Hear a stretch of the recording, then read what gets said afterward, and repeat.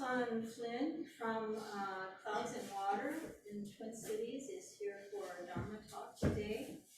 If you want to move your cushions up, pull out the screen.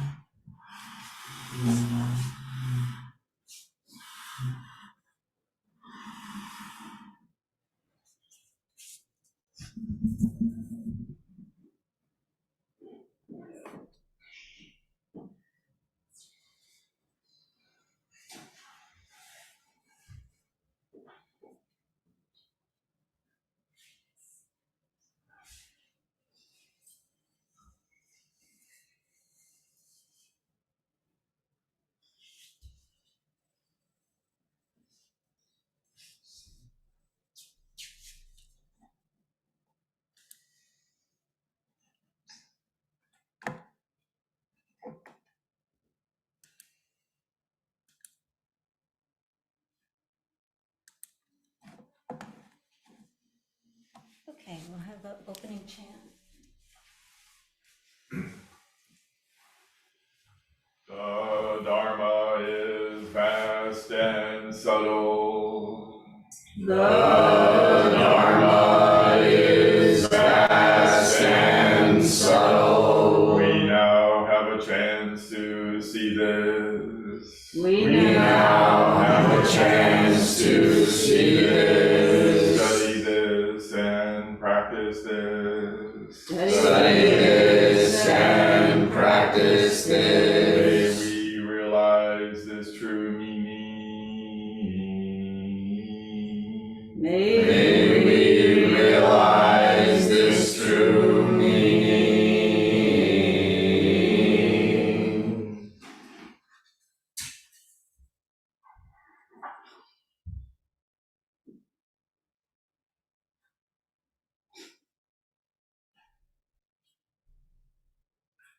Oops, we're not hearing you. Are you muted? That's because I was muted, so now I'm unmuted. Good morning, everyone. Good morning. And let me know if you stop hearing me, because I just got a message from my earbud that the battery's low, but I think it's okay because the other one will still be working. Anyway, it's great to see you all this morning. It's a beautiful day here in Minnesota. What's it like there? Rain. Cloudy. Rain? Oh, rain, possible. Oh. We're hoping, actually. I'm hoping. But not too hot? Not too. Nope. Oh, perfect. Nope, doesn't. That's good. All right. So can you remind me when you want me to stop the Dharma talk, when we want to be done? We usually say 30 or 40 minutes. Okay. All right. So I will aim for being done at 20 after 11. How does that sound? Sounds great. And does that include the discussion? It can or not. Okay. So if I'm going to try. Yeah. All right. I'd like to leave some time for discussion. That's why I asked. But since I'm talking about the 10 ox herding pictures, it's kind of a lot, but I was able to do this, a similar talk, in half an hour at another time. So maybe it will work. Anyway, I'd like to talk about the 10 ox herding pictures and how we can use these metaphors in our practice. So I don't know how many of you are familiar with the 10 ox herding pictures. It's been a metaphor for practice dating back to the time of the Buddha. This idea of caring for an ox and the story of that. And the details about ox herding and caring for an ox would have been very familiar to many people at that time. The ox was an actual treasure, as it was invaluable in plowing fields, providing manure for fertilizer, and the female ox would also provide milk. So talking about an ox would have really captured the attention of the audience in a way that it might not capture us today, but hopefully these stories can still be helpful to us. So the 10 well-known ox herding pictures emerged in China in the 12th century as a teaching story. And versions had existed before then, some with only 5 or 6 pictures. But basically, in all of the versions, the pictures show a spiritual journey through the metaphor of finding, catching, and taming an ox. And the pictures tell the story in and of itself, but there's also accompanying verses that various Zen masters have written throughout time. So sometimes, and I know this for me when I first heard about these pictures, we hear this story, the story of this journey, and we think the goal is to reach the 10th stage, the 10th ox herding pictures, of the ox herding pictures. And we might feel sorry for ourselves if we judge ourselves to be at a lesser stage. Like I remember when I first heard about this, I thought, oh, I'm probably just at stage 2. I'm never gonna, I'll never, be on this fantastic voyage and reach number 10 in this lifetime. So that wasn't really very helpful to my practice, to be thinking like that. So what I'd like us to do is I'd like to invite us to see these different stages, of the journey as phases of practice, and that each one is completely worthy and not better than the others. So that's kind of hard because our brains usually want to see things sequentially. And when we hear about these teaching stories like, oh, that's the path to enlightenment and number 10 is the best. So I'd like us to think about it differently. I'd also like to think about these phases as something that could happen in the space of one sitting period. And even if we do think that stage 10 is best, and even if we reach it, we would never be there 100% of the time, because as human beings, we move fluidly among the phases. So whatever phase we might think ourselves to be in this year, this day, or this moment, I'm proposing that that's exactly where we're meant to be. And I have some suggestions for how to practice in each stage. So I'm going to do, periodically, I'm going to do a screen share and show you one example of paintings. And these are from a modern day painter, the late Jikihara Gyokusei. And these paintings can be seen at Zen Mountain Monastery in New York if you're ever there. And the verses that I'll be using are by Kusan, who's a contemporary Korean Zen master. And you can find both Kusan's verses and Jikihara Gyokusei's pictures online in a Tricycle Magazine article by Martine Batchelor from the spring of 2000. So if you want to look it up later, you can do that. So first, let me share the first picture. Whoops, get back here. All right. Here it is. So the first one is searching for the ox. So in this picture, we see a young person wandering in the mountains, and there's a lot going on in this picture. There's trees that seem to be blowing in the wind. There's grasses. The person's on a mountain path and kind of looking around. Doesn't really see it. There's nowhere to be seen an ox in this picture, but there is a lot going on. I think there's a sense, you can't see it, but there's a sense of sound also. And the verse for this picture goes like this: high mountains, deep waters, and a dense jungle of grass. However much you try, the way to proceed remains unclear. To alleviate this sense of frustration, listen to the chirping of cicadas.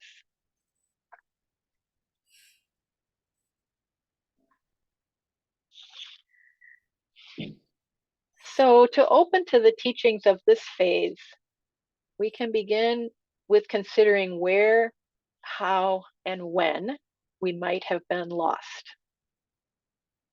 So in this phase, we really see and feel the sense of things being not quite right, not quite in alignment.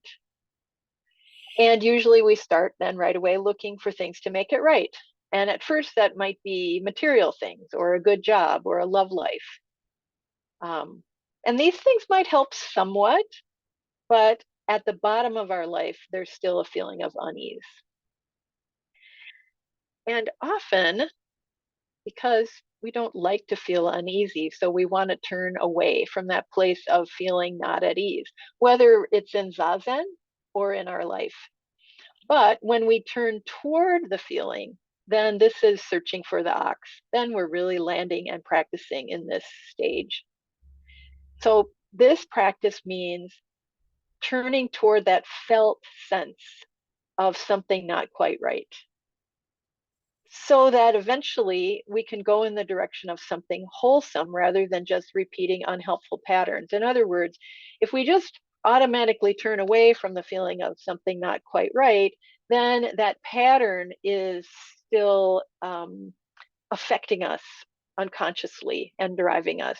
But if we actually turn toward it, really feel it, really take it in, then we can deeply touch our longing and start to open to creativity and a different way of being and seeing new possibilities.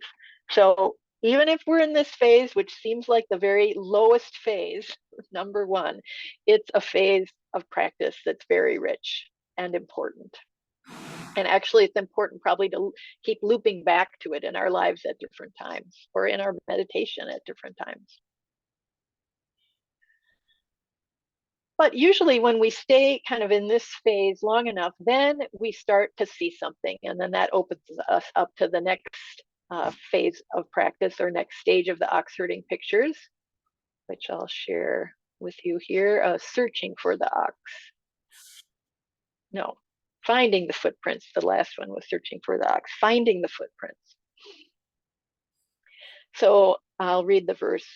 A tangle of thorny bushes, the faint murmur of running water. But here and there are footprints. Is this the right path? If you want to pierce its nose and tie it up, do not rely on someone else's strength.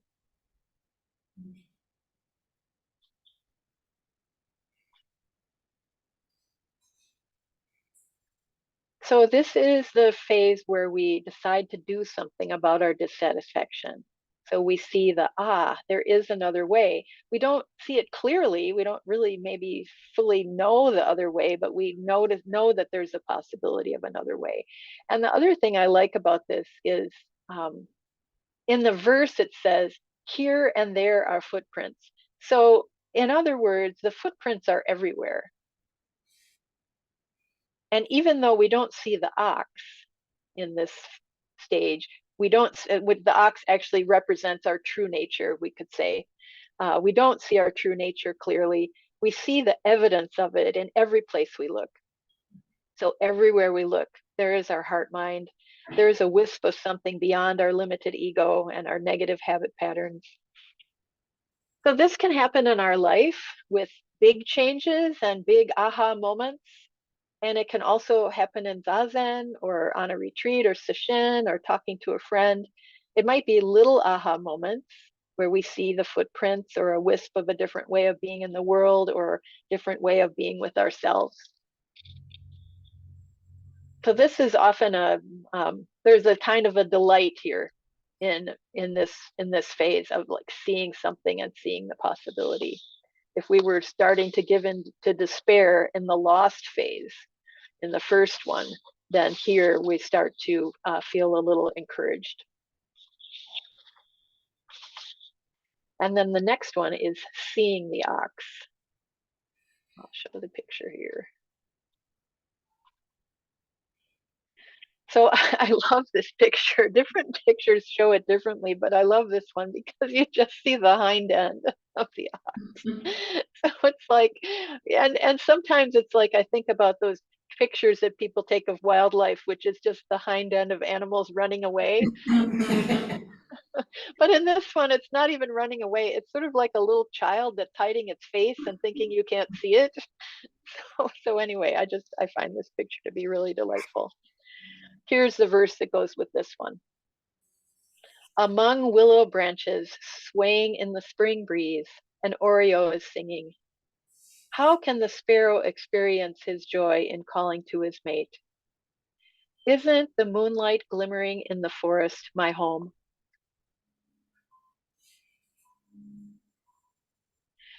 So here we get a glimmer of something more than just footprints. So we begin to know and see that there is a path to liberation, and to know and see that it's possible for us to see it and walk on it. So in meditation, what that might look like is we might be able to be present once in a while with what's arising, be present with our bodies and the felt sense of what's going on with us. So I don't know if you're like me in meditation, sometimes it's like that, and then other times it's like I'm lost, and other times it's like I'm seeing footprints, and other times I might be at other places in the ox herding pictures. But here it's like maybe more often than not, or it's happening that we're present. And so it's again, I caution you to think like, well, I'm present once in a while, so that's not good enough. It's actually really good to be present once in a while, and being ready to practice. So I'm studying with an adjacent tradition called the Nine Bodies. I think Myo'o might have talked to you about that. I'm not sure. But one of their practices is at the very beginning of each meditation period, it's an arriving sequence. And it's like, arriving, I'm here in my meditation seat, and I'm available to practice. I'm ready. And I'm aligning myself with what is my wholesome, deepest intention. So that is really, I think it's really important for us to be able to really feel that and do that. So that is seeing the ox. And the next one is catching the ox. So let's look at that picture. So here, well, I'll read the verse first and then I'll say something about it. Advancing with difficulty, the ox's nose is pierced. But this fiery nature is hard to control. Dragged here and there, you stray through cloud-covered forests. So one thing in this picture is you might notice that the little person is a little person and the ox is huge. So if in glimpsing it, it seemed like a little child hiding its face that was kind of cute, here was like, oh, this is a big scary beast. And if I'm going to tame it, then there's some danger and there's some difficulty.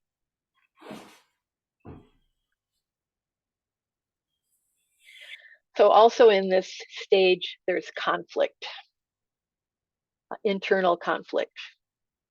So we see our patterns, we see our egoistic mind, we try to make a change, we try to let go, but we really experience a strong pull of karma and our habit energies. So we feel the strong pull, but we're engaged. So we can, in a way, like we let ourselves be dragged around, but we're trying to do something about it because we have the rope, and we're aware of what's going on. So other places, like when we're lost, or even before we were lost, before we started on this journey, maybe we were dragged around by our habit energies and karma, but we didn't even know that that was what was happening. And here we know. So if we find ourselves in this stage in Zazen, we can start to explore the dynamic energy between our strong effort to stay focused and our need to be relaxed and tender with ourselves. So if you're doing something that's really difficult, like pulling an ox with a rope, there might be times when you need to rest or need to make sure that you're ready physically to do that. So there has to be a kind of a relaxed energy. And I think it's the parallels for Zazen is that it's not helpful to engage in zazen with a harsh attitude. If we're too relaxed, we might just fall asleep. So that's not good, but there needs to be a kind of dynamic tension without harshness, in my opinion. So Katagiri Roshi, who is the founder of our lineage, my lineage and yours, he used the metaphor of catching a tiger in one of his talks or in several of his talks. And I think that works just as well as the metaphor of catching an ox. And there's a lot of parallels. So I'd like to read a little bit about what he said about catching a tiger. He said, if you want to get the tiger, you have to go into the tiger's cave. And then if you create a certain gap, in other words, if you slacken, then the tiger eats you. Or in this case, you're trampled by the ox. Katagiri says, so you cannot sleep there. You have to make a psychological, you cannot make a psychological crack. There needs to be that engagement, but you cannot always keep tension. So you have to be relaxed, but not the relaxation you understand. So not the kind of falling asleep relaxation. So this is relaxation. This is my words now. This is relaxation beyond our usual thinking about it. It's not a giving up kind of relaxation. It's a relaxation that's also attentive, caring, and responsive. So Katagiri says this is how we hone our ability to capture a tiger or an ox. We avoid excessive tension and also avoid excessive relaxation. So how do we do that? Katagiri says, right in the middle of the tiger's cave, there is no space. All you have to do is you must be alive with the tiger. So here, rather than despairing that we're not further along the path than we are, that we're not concentrated enough, that our mind wanders too much, that we still have negative habit patterns, instead of despairing, we get to be alive with the tiger. And that's the beauty of this phase of practice.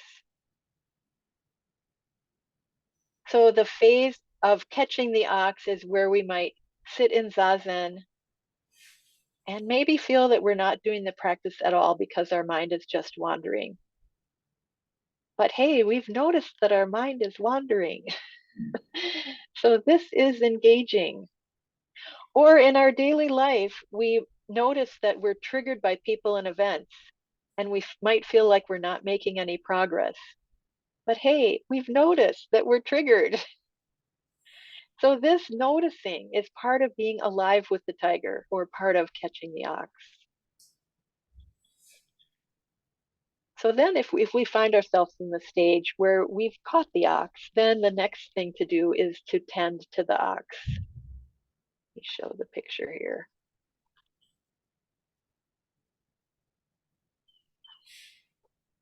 Some translations have this as taming the ox, but I really liked when I found the translation of tending the ox. And here's the verse that I also really like with this one. Fearing that it may fall into a steep and perilous path, you hold it tight with whip and bridle, and with the strength of both legs firmly hold your ground. Once past this critical moment, the ox comes following you. So you can see in this picture, the rope is now slack, and the ox is just following the little person.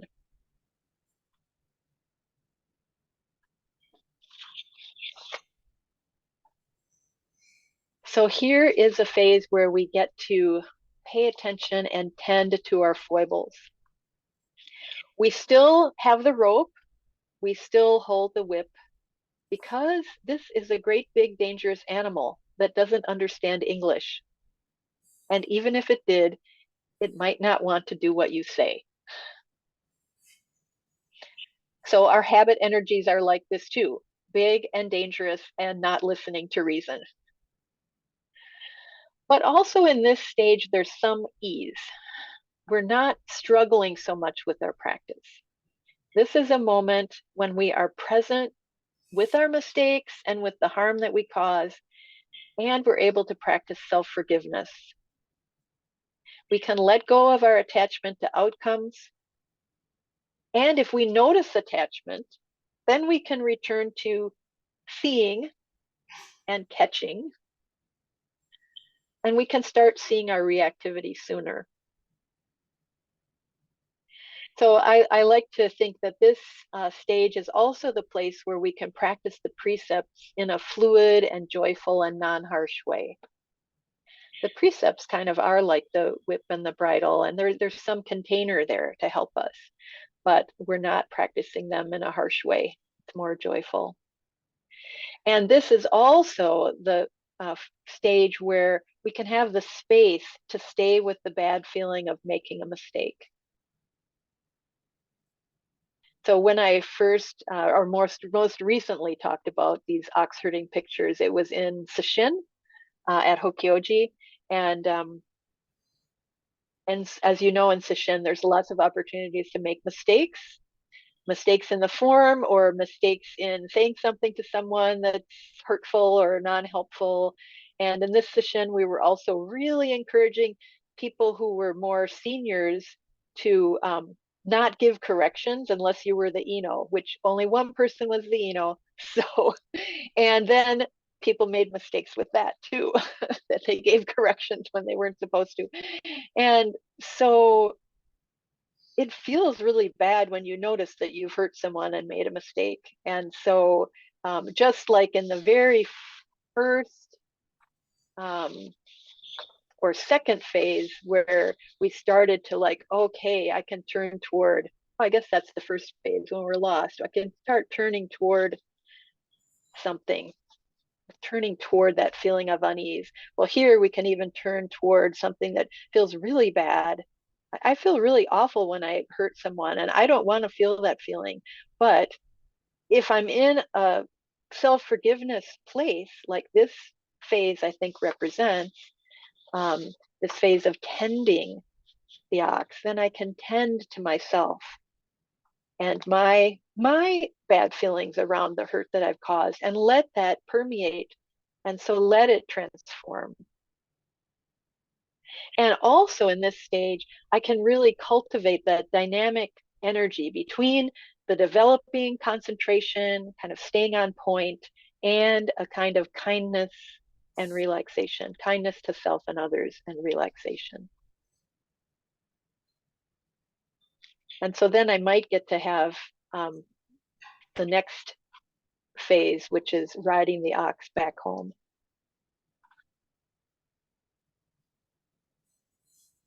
Or riding home on the ox. Here's the verse.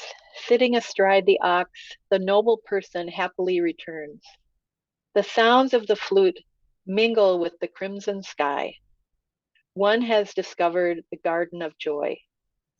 What else, who else could know about this endlessly pleasurable taste? So I love this, the ox kind of has the head bowed, and the person is sitting, so relaxed, one leg down and playing the flute, which my kid plays the flute, so I'm a special.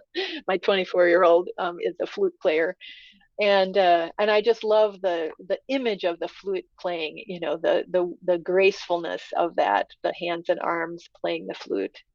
So it's just a very beautiful and creative. And see how the ox is kind of looking at us with like, here I am. I'm ready to take this person back home.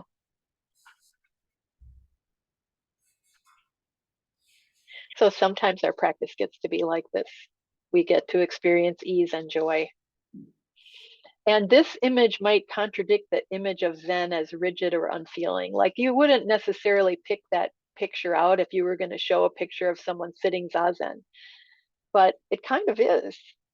Sometimes sitting zazen is like that. There's great freedom, and then creativity blooms. So that's where, like, from your zazen, when you get up from sitting, then you could have something really creative appear, like playing a musical instrument or whatever it is that you do for creativity in your life, in your relationships, in your job. So I'd like to read what Martine Batchelor, the author of that article in Tricycle Magazine that I referenced, what she says about this stage. She says, we begin to take ourselves less seriously and enjoy life so much more as we open to its changing and ever fluctuating nature. We dance and sing with life. We have become friends with our body and mind. As we accept ourselves and the world, our potential unfolds. Fears and insecurities dissolve, and we can express ourselves through music, painting, poetry, cooking, gardening, being with children or old people. Everything we do can become an art. It is not a duty anymore. It is a way to express our true nature. So I think what I've experienced is that even in Zazen, if this stage comes into my body and mind, then we can feel a joy welling up and a positive energy. And Zazen doesn't feel like a duty. It feels like a wonderful opportunity to experience, as Martine Batchelor says, that endlessly pleasurable taste.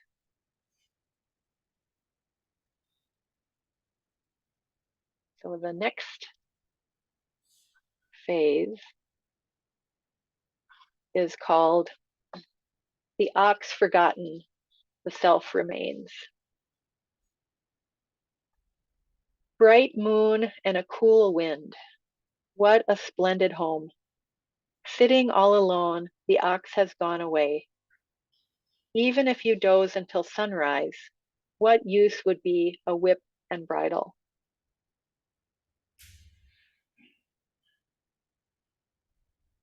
So here it's just this beautiful picture of a person sitting in a little grass roof hut with the moon shining and all the trees and plants around. It looks like a really nice place to sit zazen. So here, we do not actually directly engage in the practice because we're not thinking about practice. We're just practicing with ease. This is really a stage of rest and repose. And if you're familiar with the Song of the Grass Roof Hermitage by Shuto, I think that poem describes this phase quite well. So this is one that we often use at Clouds and Waters Zen Center in Sesshin, not every time, but often we will pick this one as the noon chant that we do. And I'll just share some of my favorite lines from this poem. The first two lines are, I've built a grass hut where there's nothing of value. After eating, I relax and enjoy a nap. So when I first heard this, we were chanting, and I'm like, what? Where is the nap in Sesshin? I don't see that. But sometimes now we actually do build a rest period into Sesshin, just because like that is an important part of the flow of our energy and our devotion and our concentration, and then the relaxation that needs to be there. So a few other lines from this poem. The person in the hut lives here calmly, not stuck to inside, outside, or in between. Or another line, a shining window below the green pines. Jade palaces or vermilion towers can't compare with it. Just sitting with head covered, all things are at rest. So like that's all I need, just a roof over my head, and then and also so in this beautiful place, sitting in this beautiful place among the pine trees. And then another couple of lines, bind grasses to build a hut and don't give up. Let go of hundreds of years and relax completely. So those two lines kind of have both the effort, bind grasses to build a hut. So you've created this place, this space of practice. Don't give up, but then let go. Then let go. Let go of hundreds of years.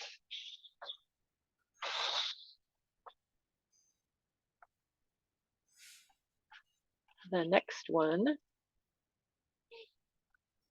is the famous both self and ox forgotten. The verse, since space has collapsed, How can obstacles remain? Could a snowflake survive inside a burning flame? You cheerfully come and go. How could you not always laugh?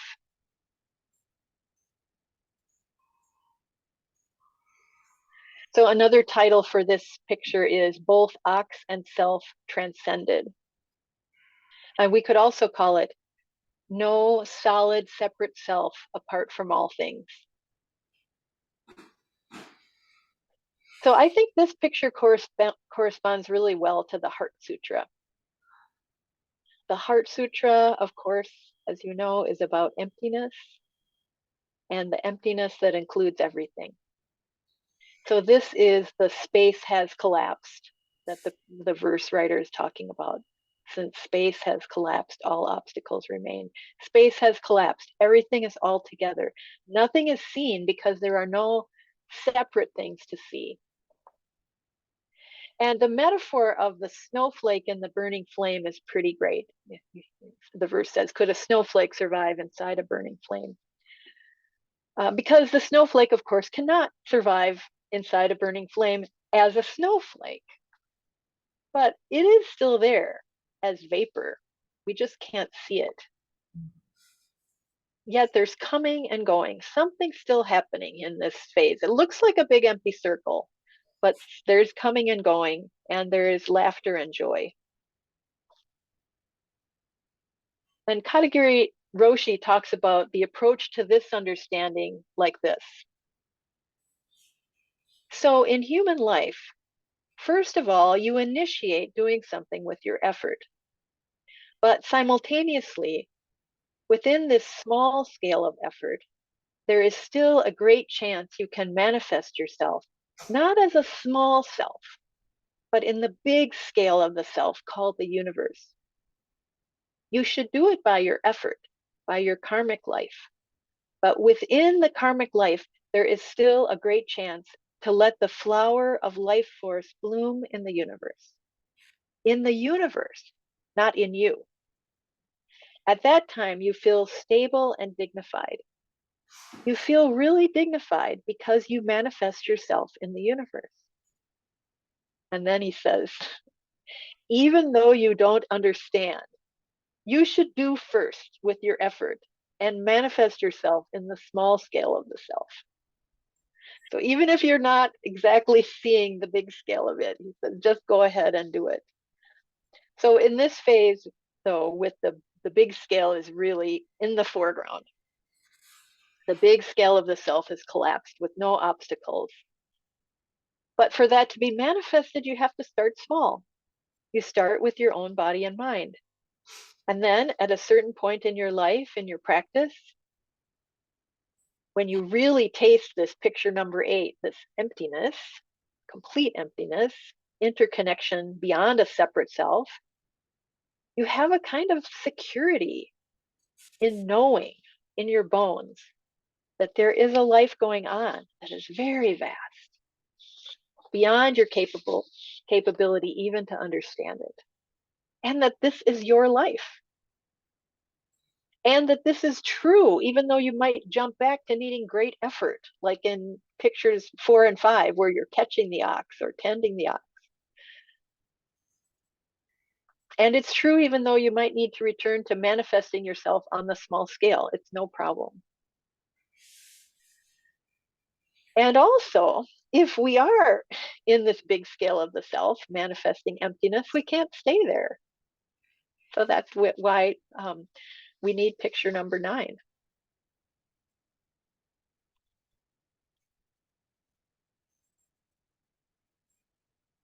Which is called Return to the Origin, Back to the Source. And for this one, I actually wrote my own verse based on some of the other poets. So here's my verse for this picture. After all of these years of practice, I find myself right back where I started from. Mountains are mountains and rivers are rivers. The treasure of life was right here all along. Now, I am unconcerned with what I do and do not have. I peacefully abide in the universe with all beings and things. So in picture number 8, it seems as if everything has disappeared. There's just that circle representing emptiness. But now in picture number 9, each and every being and thing come back into view. So that's what this represents. It might look just like a tree with some flowers, but it's representing each and everything coming back. But the view of these things in the picture number 9 of each and everything coming back is different than before emptiness was touched. In picture number 9, the self is not centered. You don't see the ox and the ox herder in this picture, not because they aren't there, but because they're no longer the center of the universe. So some of the older ox herding pictures stopped at picture number 8 with that empty circle. And of course, the empty circle, as I said, does include the whole universe, but there's a danger in getting stuck in emptiness and kind of numbing out and forgetting the includes everything part and just sort of hanging out in the nothingness part. And I think that's why many Zen centers, including Clouds and Water, regularly chant the Sandokai, the harmony of difference and sameness. I'm not going to share that whole chant, but the chant reminds us, this is a couple lines from the chant. Although grasping at things is surely delusion, according with sameness is still not enlightenment. So just make sure that we're not only according with sameness. That's what picture number 9 is unfolding for us as a possibility. So when all of these particular things and people come back into view after a taste of emptiness, it is really a treasure.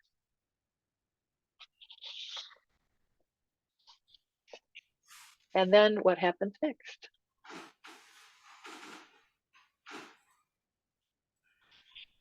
So next is picture number 10, which is called, one of the best title that I like for it is Entering the Marketplace with Bliss Bestowing Hands. The verse for this one, ragged and barefooted, you approach the market and the streets. Even covered in dust, why would the laughter cease? The bees and butterflies are happy because flowers have bloomed on a withered tree.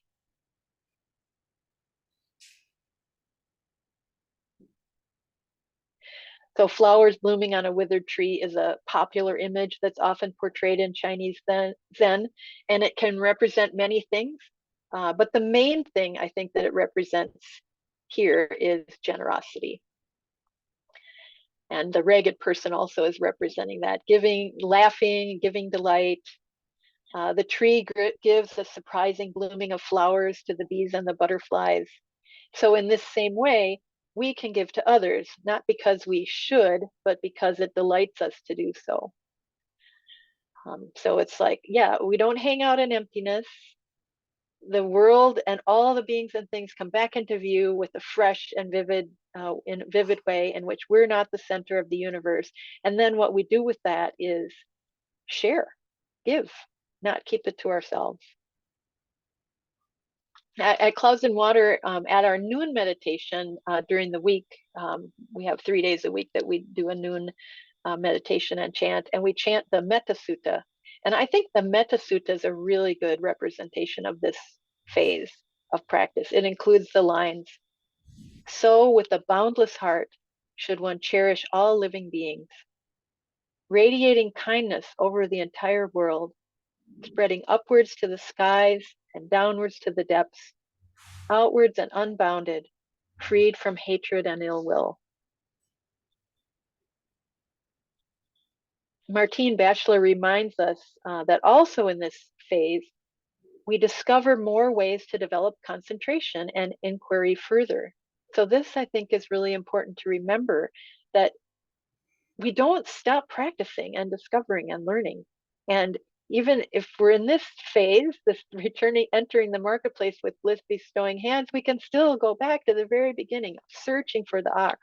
Although this search will now be informed by our deeper understanding of ourselves and the universe. So that's kind of how my thoughts about the 10 oxherding pictures and how we can practice with them. I know this is kind of a lot. In the session I took 3 days to go through it, but then I also gave a talk where I did all 10 in one as a recap and for the new people. So I hope it wasn't too much. And it is 11:20, so I was able to limit it to 40 minutes. And if you have the time and energy to ask questions or make comments, I'm open. Thank you very much. Thank you. Thank you. Any questions, comments from the peanut gallery? Thank you so much for that talk. I guess, well, 2 things for me. One, I really appreciate like your kind of emphasis on how it's not like linear. It's not, you know, we cycle through these and, you know, and if you do it long enough, that becomes pretty evident, but it's still funny to me that like, I will still like find maybe there's like a period of time where everything like in my life and in my sitting practice, it just feels really like there's a lot of flow and clarity and connectivity. And I'm always like, well, this is just who I am now. And then like very shortly after that, I'm like, oh, never mind. and it just happens that way. But I guess that's just the way of things. But also, I think it was the third phase, the third picture, when he's like tethered to the ox. And you were talking about how there's this kind of like dynamic tension, and it has to do with being able to relax, but not in the sense that where, you know, we feel like we're kind of just zoning out, or, you know, not in a sense that we usually understand it. But I wonder if you could talk a little bit about the role self-compassion might play in creating that space for us to kind of like cultivate that quality, and how we engage our like habit energies, and you know, and maybe how useful that is to keep that in mind. Yeah, well, I'll just say self-compassion is so important. I mean, to really for every phase of this practice, for every place in this practice, but especially when we're at that, you know, the struggle phase, the, you know, catching the ox and the struggle. So we're noticing, you know, we're really seeing our habit energies. And if we don't have compassion for ourselves, then we'll just become tired and also discouraged, and quite possibly likely give up. And even if we don't give up, but we just sort of soldier through, then what we develop in ourselves is probably not going to be so helpful to others, because then we're like, well, you should be just like me and just, you know, bite the bullet, grit your teeth and get through it. And I find that's not helpful to people. So it's like the more that we can really be in touch with the, you know, I like to say the felt sense in our bodies of what this struggle is like. And then we can really experience it, sense it, and then to me, it's like if I really experience and sense it, naturally a tenderness arises. And so then I cultivate that. Like, oh, it's like caring for a crying baby. I can just be with that. I'm not going to be able to fix it. I mean, there might be something I can do, like notice, is the baby's diaper wet or is it hungry? I might notice that there's something that I can adjust that will help, but a lot of it is just being with it. So, and yeah, noticing what I can adjust is part of self-compassion too. It's not just like I have to grit my teeth and be with it. You know, I need to be self-forgiving, you know, so then sort of having a harsh attitude toward that. It's like, yeah, maybe I need a break even from practice for a while. I need to listen to music or go for a walk or something else so that I can cultivate this for the long term. Does that answer your question? Yeah, thank you so much. Mm-hmm.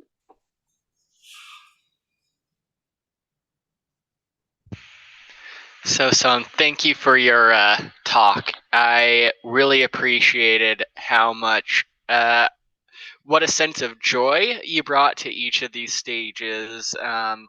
like even as you were talking through just now about that compassion with the struggle of it, I found it to be beautiful and also somewhat necessary. We, are talking more and more often these days about how patriarchy has impacted Zen practice in the past, and there can sometimes be a culture of machismo, I think, in some of these spaces, and being able to back off from that and have a bit of a gentler approach rather than just kind of muscling through, I think is very helpful. But I do want to ask more about kind of the origins of these ox herding pictures. You mentioned different versions of them, some with different numbers of stages, maybe stopping at stage 8. How did this come about, and do you find and how do the portrayals of the stages vary? Do you tend to find some with that more gentle approach, or more of the kind of muscling through, or how does this vary, I suppose? Well, I have to say, I'm not a scholar on the 10 ox herding pictures. I've done some research. And I would say that, so in all of every one of them, there's the phase of the catching the ox and then taming or tending the ox. And in those two, which is 4 and 5, there is some muscle. So there is some amount of effort, there's some energy, there's tension. And so it's like how much that's emphasized versus the more ease. But on the other side of both of those, there's a lot of ease and joy, even in the more machismo type veins. So there is that possibility of the joy opening out. And maybe for some people, they need to have a gritting their teeth place. I don't know. It's possible.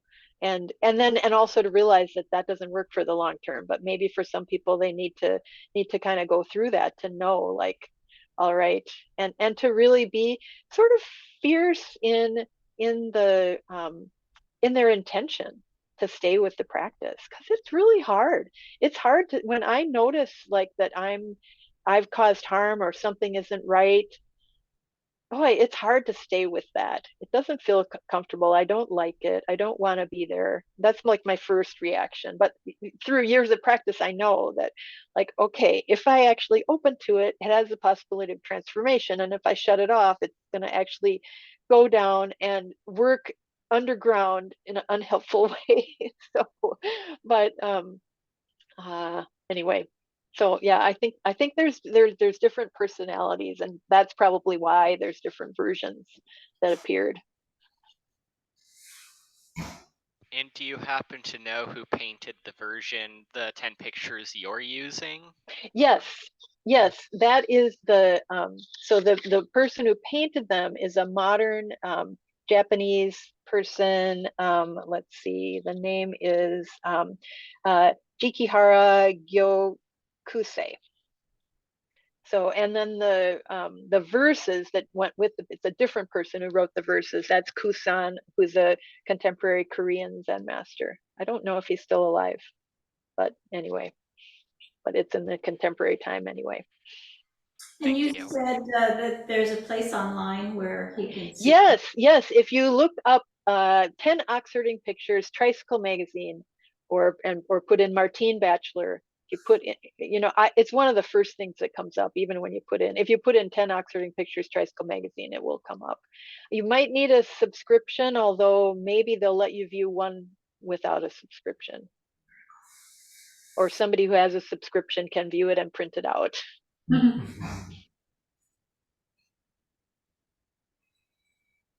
Anything else? Any other questions or comments? Great. We'll have a closing chant, and then we'll have a few announcements.